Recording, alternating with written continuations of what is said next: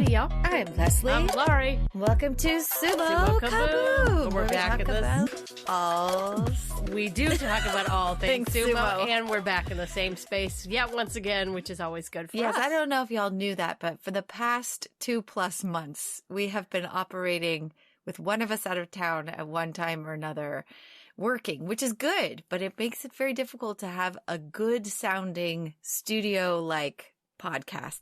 This week, we wanted to talk a little bit about the retirement ceremonies that went on recently, Oki no Umi's and Kaisei. But, well, we were interested in other things. Well, So it's a diving board off into our random places we're just about to random. go. Yeah, sometimes you just have to accept the fact that whatever you pick as your topic for the week doesn't go very far. Right. Like the pool isn't as deep as you wanted it to be. There's not you tons. you just have to accept it and either move on or Find a rabbit hole. Find another rabbit hole. And that's Yes. what this week is the rabbit Rabbit holes holes. we found that started for me with Oki no Umi Yes. and then went on to other things. Yeah, so it's about Kaisei and Oki no Umi's rabbit holes. That's right. That sounds weird, but it's True. all good. First, are you ready for a news flash?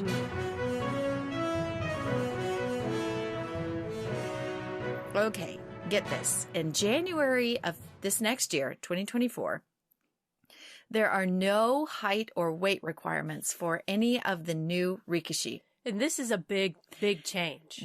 There hasn't been a change in this rule since 1932 when they That's put a little before my time. a little bit. Yeah, just a little bit. But they put those rules in place back in 1932. I'm sure when they had plenty of people who were signing up and they were like, this little kid. Yeah. A lot of kids went into sumo because their parents were like, somebody else can feed this mouth. You know, they experienced all types of things, and some of these young, poor kids would end up in sumo stables. So imagine they were like, okay, we don't want just any old kid. They're going to get hurt. We only want the big ones who have potential. So that's what I imagine happened back then. But through the years, we've had ridiculous things happening that people try to make themselves taller or heavier or stand on their toes or put silicone In their injected heads. in their head like Maya Naomi. Yeah. So I think a lot of people think this is more an attempt to just bring anyone into the sport when Japan as a society has kind of dwindled in numbers and they don't have a ton of options homegrown. And I don't think they want to continue to reach out to foreign-born wrestlers because they've been dominating. So this may be their attempt to get kids into the sport in any way they can. And so that's kind of fun. The other interesting thing that was announced, though, is that some of these big-time high school yokozunas who have been coming into the sport at Makushita 15, which means they only have like a tournament sometimes before they're bumped up to high-paying salaried spots in Juryo. They have changed the rules on this. The guys that come in as high school yokozunas who are perhaps 19, 20, they have been practicing sumo their whole life. They just went the school route and did it in college, and they come in high ranked in the outside amateur world. They plop into just below the paying ranks in sumo, professional sumo. So they have decided that those kids can't come in any higher than I keep saying Maegashira. They can't come in any higher than Makushita 15. They have to start at Makushita 60. And then everyone else has to come in at the bottom of the ranks, like 3 tiers down. It's also interesting to kind of think about this because some people, as I was reading about this, the controversy is, well, what's the reward for these people to join pro sumo if they have to fight their way from the bottom and toil there? And then other people are like, well, they'll hurt these young kids who are, you know, you've got a college yokozuna, or not a college yokozuna, but next to that, somebody who's not the top 8, but somebody who's clearly really amazing, coming in to crush these 15-year-old kids that take years and years to prime for big time sumo. So there's kind of a little bit of worry of like, well, what's that going to be like? But then the other side of the coin, again, if this is like a 5-sided coin, what's wrong with making those kids who have gone up through college start at the bottom of the ranks in sumo like everybody else and fight hard to the top? I mean, all of our yokozunas started at the very, very, very bottom of the sport. So I think I missed something. So was there a change? Yeah. Okay, so can you highlight what it was? So you just said what it is now. So what was it before? I think they came in Makushita. Like there was different, it wasn't the top 8. It was like, I don't know. You'll have to look it up. I don't know. But I just know that it's different as far as like how many guys can come in at Makushita 60. They can no longer come in at Makushita 15. So even the new hot fancy guys straight out of college have to start at the bottom of Makushita. They may have narrowed that down from how many there were before that start mid ranks. But the college yokozuna or the high school yokozuna? Whatever their requirements are. I didn't research that. I don't know. Sorry, I'm just trying to follow. I'm not sure how it changed. I don't know. That's all. It's changed. That's all I can say is that how many of them that can come into the sport, how many of them that came in, the 8 or 9, I kept seeing those numbers, 8 or 9 that usually come in at Makushita 15 have to start at Makushita 60. So they come in lower. Okay. Yeah. But then everybody else who may have gotten, I don't know in the past what the other requirements were for how they ranked and all of that, or if there were more of them and then they started lower down in Makushita 33, Makushita 60. Those guys all have to go down to the bottom of Jonidan or Jonokuchi. It's maybe a good thing to research, figure out what it was before, what it was. All I know is that these guys that are used to coming into Makushita 15 have to start at Makushita 60 now. And then other guys have to start even lower. They have to start way at the bottom. Okay. Yeah. So that will be an interesting shakeup and it'll be interesting, but maybe they're trying to balance out that with people who are like, vice president of my sumo club. I did pretty good. I don't want to start in Jonokuchi or Jonidan. I don't want to start way down there. Those guys may not choose to take the sumo route. I guess I just thought that's the way it always was. That's what's confusing me. I just thought that's the way it was. If you wanted to start pro sumo and you weren't in the top 8 or whatever in collegiate, then you had to start at the bottom. So I'm just confused. That's all. Yeah. So anyway. Such is my life. Teruto Fuji said part of his bone in his back is broken or missing. Some papers say it's very painful. He was diagnosed with lumbar and plate disorder and diabetes, but they took a needle to his spine and did something to ease his lower back pain. But it is a toss-up whether we'll see him again. The YDC, says things about him, but they're more just like, we understand what he's going through. We know he's missed a lot of tournaments, but we just want him to be healthy, and he truly is in great discomfort. So they all seem to be understanding of the sport, but he himself says, I'm devastated, but I'll do what I can. I'm thinking hard about what I can do now. It's not just about coming back. He knows that for all these tours he wants to be part of, it's such an important part for him to be out there and be visible, but it's just up in the air what's going to happen with him. Such a tough spot to be in. Yeah, there's just lots of pressure. Yeah, tons and tons of pressure to perform at a certain level. And if you've got a bone chip in your spine somewhere that's causing you a lot of pain, just the pressure of wanting to perform and not being able to, it's got to be really tough. Yeah, I know. But there were lots of other people who got promotions this week. We didn't have, we always call them Papa Goji and Tata Goji. Mm-hmm. They're the 2 top Gyojis. There's been no top dog Gyoji. And so the second in command has been given the official top dog Gyoji position. But he's only going to take over for it in January. And then he has to retire mandatory. It's a mandatory retirement in September. So we're only going to have this top dog. It's the same guy we know all the time. Wait, so there's Shikimori Inosuke, mm-hmm. who is taking over the vacant top dog seat of Kimura Shonosuke mm-hmm. for 9 months. Yeah. But here's the other controversy in that. I was going to say there's more controversy. There's scuttlebutt there. The third in line, he was mad because he has a better record than this guy. Yeah. And he did not get the bump up to Tata Goji. Yeah, he's been there longer. Is mad does about a better job. And he put in his resignation. Yep. And he said, I am I quit. out of here. I quit. And his Oyakata said, please, what can we do to change your mind? And he was like, nothing. I quit. I am gone. Gone. So that was interesting. So we still have lots of vacancies at the top of the Gyoji pool. But I do like to see a little bit of drama amongst these guys. Everybody got a promotion, or those that did not were like, I'm out of here. I'm out of here. I still on my wish list. Or Tokuyama too, the hairdresser too. Was out of there too? No, he got a promotion. And this is sweet because he credits Miyogiryu's top knot, which is exceptional. It has a beautiful fan. It does. And he is the one responsible for that beautiful fan. He should feel pride in his work. He owes a lot of that. He said, I owe a lot of it to Miyogiru. My master, my Miyogiru. The guy with the hair. I was just going to say, in my list of things that I would like to happen on this podcast, is I would eventually like for us to be able to interview a Gyoji and ask them all the questions that we have about Gyoji training and much, much more. So I'm just putting that out there in the universe. We will find someone someday. Yeah.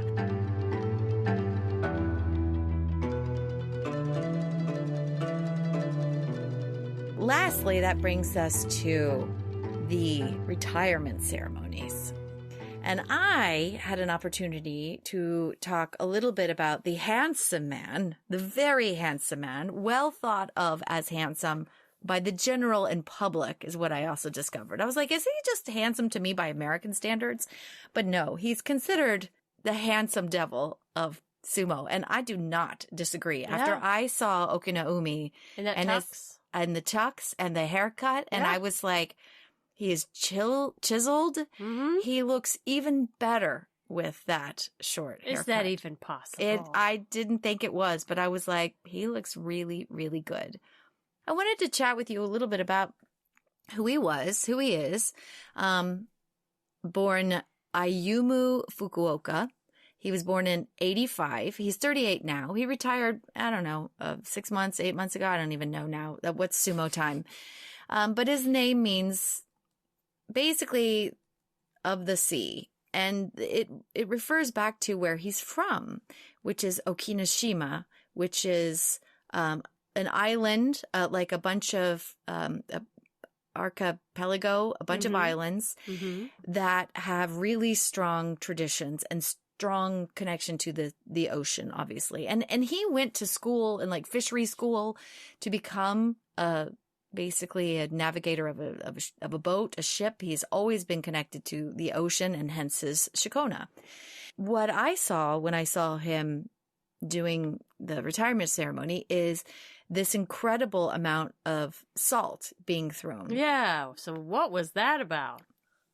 Just a few other things before I launch into that. He is from the Hakaku stable, and Okinaumi's highest rank was Sekiwake. And I did not realize that. I guess because he has been in Maegashira rank since 2010. So 12 years. He never dipped down into Juryo. Mm-hmm. So you want to talk about a true veteran. It's him. Agreed. He made his first debut in 2005, and he has a record of 674 wins and 675 losses. That is about as split down the middle as you can imagine, which is kind of when I think of watching him, he's middle of the road in kind of everything. He is known as being calm and cool and collected. And at this ceremony, there were about 300 people, and he flew in a bunch of people from his hometown. And I think mainly to give him this send-off, to have this experience, because he wanted to have what was called the Oki Classical Sumo experience. So I will go into what the Oki Classical Sumo Tournament experience is. He's from the Shimane Prefecture. Okay. And he was the first guy from this prefecture to get to the rank of Sekiwake in 121 years. Now, where he's from has ancient ties to sumo. He was basically doing one of his last bouts with another guy from his stable who also has a very similar name. I think it's Okino Fuji, Okay. who is also from Okinoshima, which is his hometown. Okay. So he chose in this last, salt throwing bout to fight another guy from a stable who's like down in Makushita. He's a young guy, or not young, actually. He may be just lower ranked. He's around the same age, I think, or similar-ish to two kids from his hometown having this experience with the salt. It was so connected to him and what this experience is. So I found a video. This tournament goes back to the Edo period. Edo period was like 1609 to like 1860 something, 67, 68, something like that. And this tournament made me, when I found one video of it, I had to hunt and peck for this video, made me feel like I was watching sumo from 200 years ago. In what way? It was so different than what we see in pro sumo today. Obviously, it had some of the same things, the doyo iri, but as far as the crowd, as far as the salt, as far as the ritual and the fervor amongst the audience made me feel like this was just a brawl, like a mad, brilliant event that everyone in town gets super psyched and excited about. So when I was in the rabbit hole, I was like, okay, what's the history of this event? So basically, and even before that, before written record happened, there were still references to sumo coming from this area of Japan way back. Okay. So even further back from the Edo period, there's folklore, but it was never necessarily written down, which makes sense because a lot of people weren't literate, Mm-hmm. So it was an oral tradition that it was ancient in this area. So I was watching this tournament, and what it is it only happens whenever something big in town is wrapping up. So for instance, a new bridge is completed, a new school is completed, something big that needs kind of a spiritual event to send it off and with good intentions into the next phase of whatever it is. They have a sumo tournament, but the whole town gets involved, and it's kind of small because it's an island. So everyone in town is involved. So about 4 to 6 weeks before the event, all the older guys in town, the men above 20, that have been involved in this. And by the way, it came back in 1972. There was a period from the 50s to the 70s where there were none. There were none of these classical sumo tournaments. But since 72, they have come back. And there's no regularity with it. It's just only when there's something, big that's happening. And Okino Umi experienced this as a kid. So this was his entrance to sumo. Okay, so the guys in town, 4 to 6 weeks out of this, go find a big tree out in the woods. And they take down the tree. They fell the tree, which is like me talking like in a old person language. But they take down the most perfect tree that's going to give them the pillars. They take down the tree, they polish it up, and then chop it up, and those become the pillars of the tent. This is an outdoor event. It starts in the evening and goes all night long. And the episode I watched, the documentary I watched, was the middle of October. So you could see the cold coming out of the breath coming out of their mouth. Mm-hmm. And these kids who are from the age of 15 to 20, who also from 4 to 6 weeks before the tournament is determined that it's going to happen, prepare themselves. And to do sumo? Yeah. And they're scouted amongst all the best kids there's different islands, I think, but they have 7 or 8 kids or whatever from each prefecture or each area. And they're all the best options. And then they're ranked. They're actually ranked, these kids who are 15 to 20, up to Ozeki. There's no Yokozuna, like as in old times. Only the Ozekis are at the top of the ranks. So it's already kind of mimicking an old style of sumo. So it's far more steeped in ritual. The doyo iri can last up to 4 hours. And there is all kinds of jinku, all kinds of sumo folk singing. There's all kinds of dances. And the interesting thing about it is leading up the 4 weeks before this, everyone in town is involved in the process of training up the boys. Even the women are involved, and everyone eats together.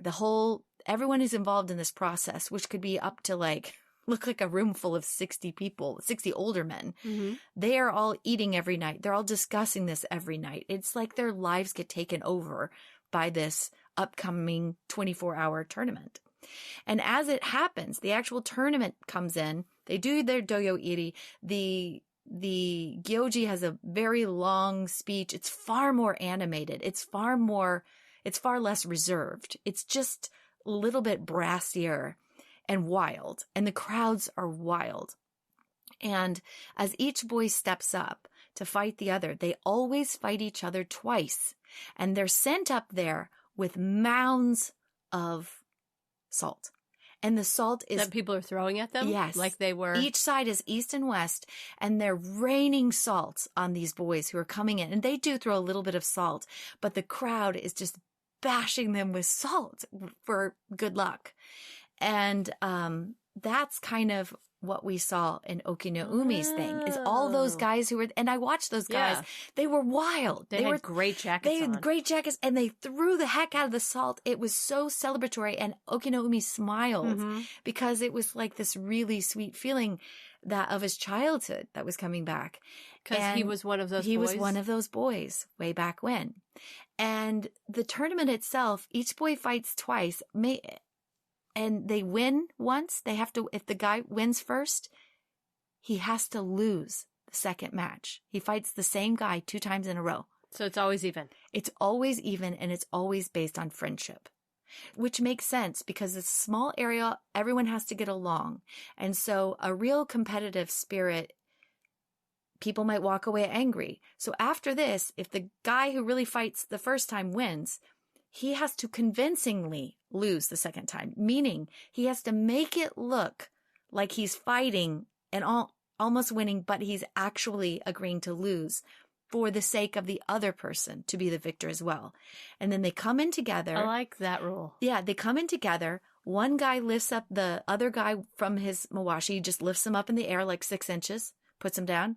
The other guy lifts him up by 6 inches and puts him down. And then they either hug or handshake, and then they leave the circle, the doyo. Oh, that's interesting. I wonder why the lift. It's some like sort of... I just want to prove to you I'm strong. No, you're strong. No. It's sealing out the end of the match by saying we're equal and we're parting this as friends. No harm done. Wedgie for you and wedgie for me. Yeah, and it's just a simple lift up and plop down.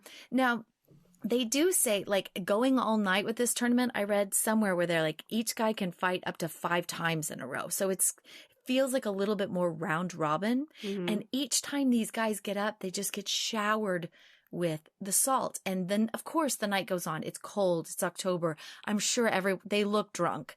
The crowd is raucous. They're having a blast. They're throwing salt, and everyone is there all night long. And even the next day, the victors come in together.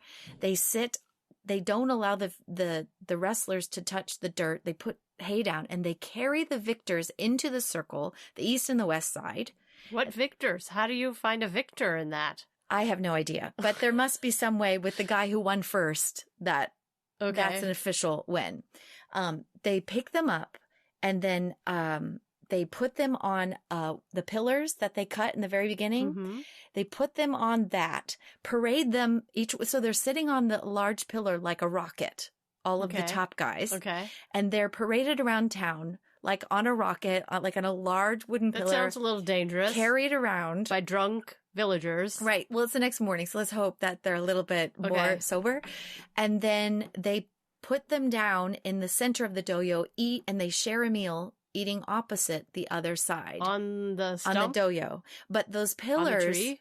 No, on the doyo that has hay in it. So they plop them down in the hay on the They're not doyo. allowed to touch the ground for some reason. Okay. So I don't know. Maybe that makes them feel like gods. They don't touch the earth. But those pillars go like as bragging rights in front on the houses of the victors. It says, what they won and who their support group is. And that goes for bragging rights over the awning of each one of their houses. It looks like a 500-pound enormous pillar that sits atop their house that they're from. So I don't know. I watched this documentary and I was just fascinated at, that's why we all saw that shower of salt and I didn't know what it was. Yeah, me neither. And then I found this video and was able to just kind of tap into more of the indigenous side of sumo. Yeah. And this is how it grew up. And then we see maybe the more reserved, in the Edo period when they put all the rules in, and this is how we're going to make it look legitimate. This is how it's going to be closer to God. And, they still do it for the opening of a shrine in the same way that the more indigenous style is the same way. But you can see the rawness. You can see the excitement and the fervor of the crowds and the support of the community in this one video so much more than you could ever see at the Kokugikan. So that's what I took away. And there's probably other basho or tournaments like that happening in other places in Japan, I would imagine.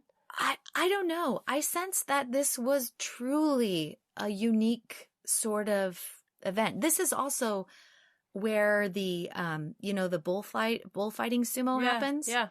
It's also a major thing in Shimane Prefecture, in this area of the world. So they're just really creative and they love their different kinds of sumo. This area of the world, for them, at least in Japan. Or they're really isolated. No, I think that's true. They're really isolated because when I looked at all of the festivals that were happening, I mean, the Japanese love festivals, but there was an obscene amount of crazy festivals going on in this one area. And I was like, well, that kind of makes sense. But back to Okinaumi, that's what we saw.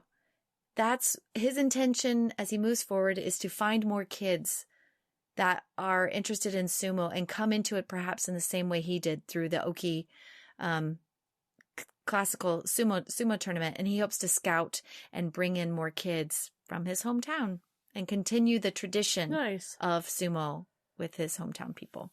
If you want to know more about Okinaumi, you can listen to a past episode of ours. It's entitled Daisho and Okinaumi. It was episode 28, so it was a while ago. Wow. But we did a really long feature on him, and you can listen to that to learn more about him and his rise up to the top and his story. Now, if you want to listen more about the fellow I'm about to talk about, Kaisei, you can listen to episode 61 called The Big Boys of Sumo, in which we talked about Ichinojo and Kaisei. This is not going to be a long section. I'm just going to tell you that now. Kaisei's retirement ceremony was held this weekend after a really long career, starting in 2006 and rising to the highest rank of sumo, where he has been almost solidly from 2011 to 2022, when injuries and a loss of strength really began to drop him down. And ultimately he dropped out of Juryo, and that's when he decided to retire. So he was last seen in Makuuchi in January of 2022. He is a sumo wrestler from Brazil. If you're a recent sumo watcher, maybe just this year you probably didn't see him, but he's incredibly popular with those of us overseas.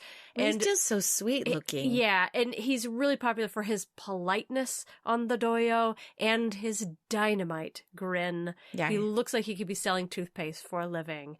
He was just always very, very sweet.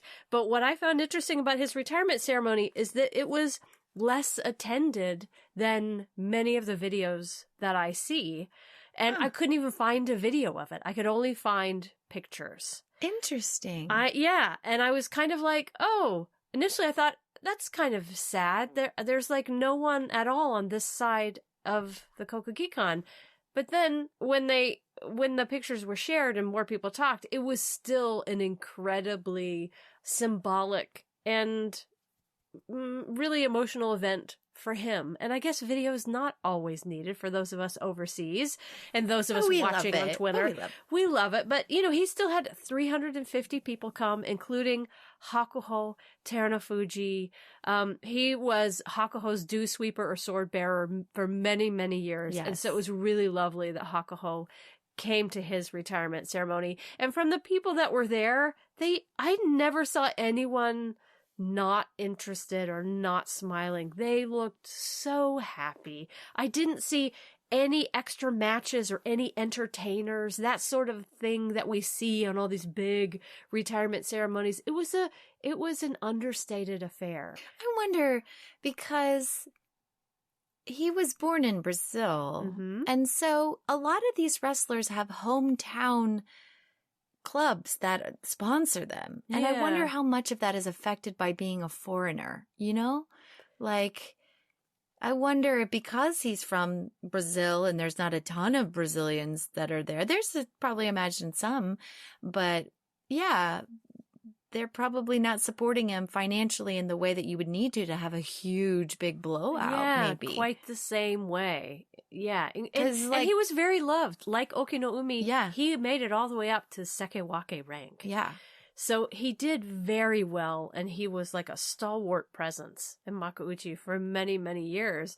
But whatever the reasons are, and maybe it's personality too. Maybe he was like, I don't want my party to be that big. Right. It doesn't matter to me. Right. Because I'm just going to go on and become a coach, and I don't need a big party. I don't want to spend all this cash. I mean, whatever. There's some people who want a big wedding and some people who don't care about a big wedding. They go to the justice of the peace. Exactly. And maybe he's a justice of the peace kind of guy. The highlight for me watching across the world was seeing his family photo. Yeah. For the first time, I got to see his lovely wife, who is as cute as a button, and they look very, very happy together.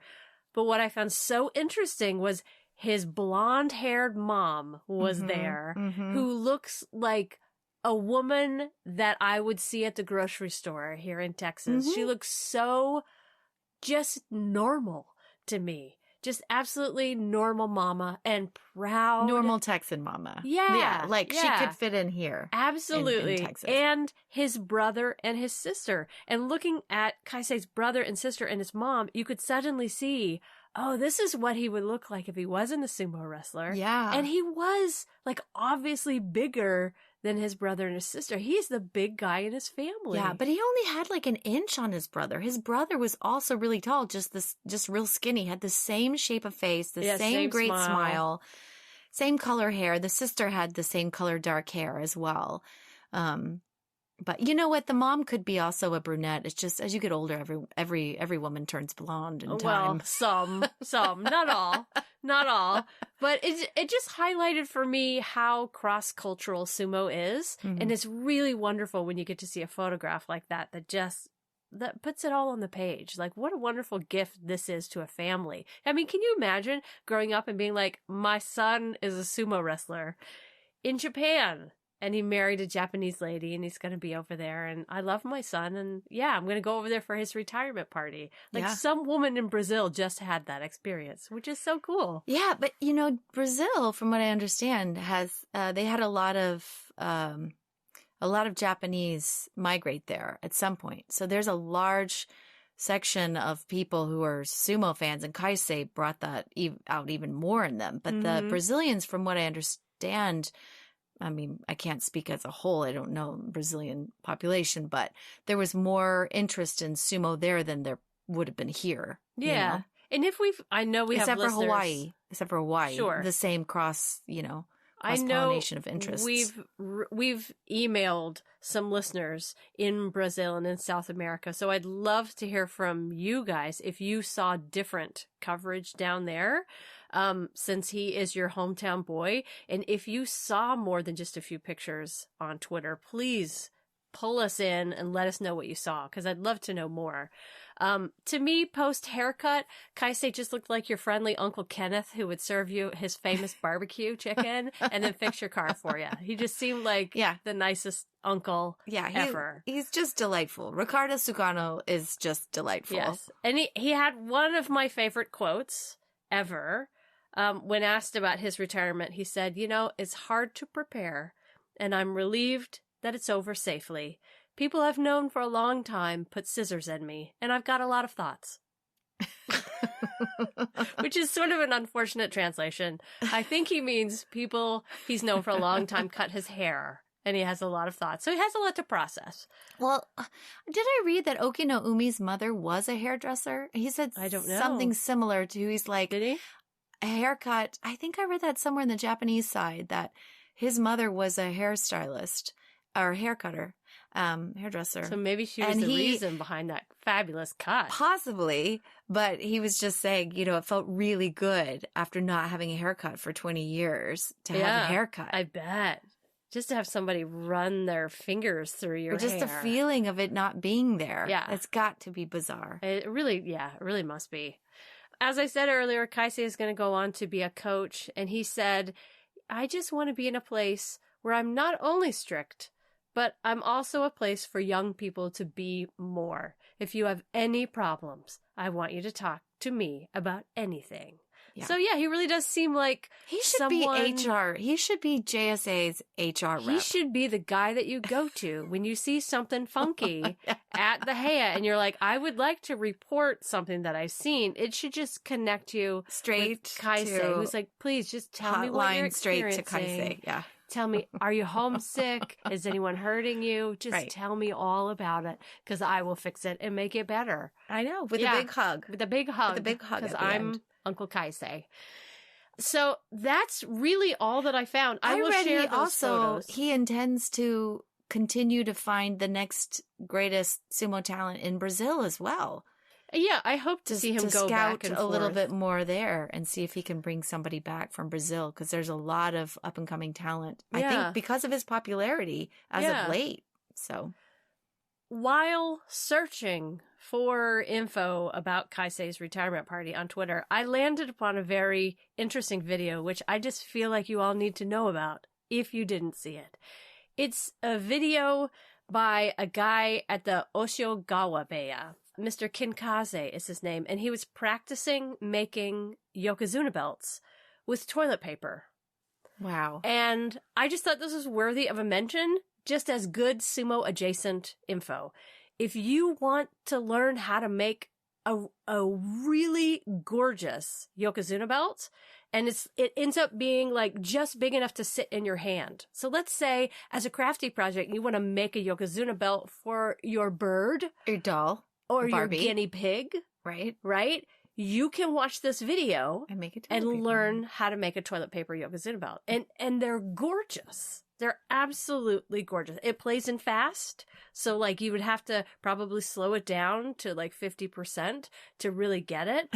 But he goes through all of the things you need, and he uses his toes and braids it all up, and you end up with a perfect yokozuna belt out of toilet paper. So I'm also going to put that in our sumo notes, our show notes. I will put in the video that I found of the Oki Classical Sumo tournament as well. So it's a 3-part series. I didn't watch. It's about an hour or 48-hour long, but it's not all about that. It's the first chunk is about the Oki Sumo Classical tournament. The other is about another tournament, and then the bowls, the sumo bull wrestling. That we've also done an episode. Yeah, we also did an episode on that. Yeah. So today it's just kind of like retirement and random things that we found. Yeah, this but week. that bring us joy. This is the stuff we're interested in when it comes to sumo. The wrestlers, but then also why is there so much salt? That looks awesome. Yeah. And now I kind of know. Why is he grinning like that?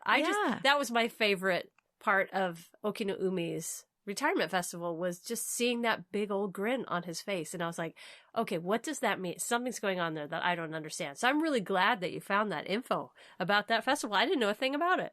Well, now you do, or at least my version of how I took it. There's no English subtitles, so you kind of just watching and thinking you understand what it's about, but you can get it. We try our best. We try our best. That's it for this week. We have some really interesting stuff in the works for next week. I don't want to say too much too soon, but it's not dark. I'm done with the dark, depressing crime stories for a while. Yes. I'm going to hang out in happy-go-lucky, really fun sumo primetime type stuff, at least until the end of the year. That's right. Well, until then, I'm Leslie. I'm Laurie. See y'all later. Bye. Bye.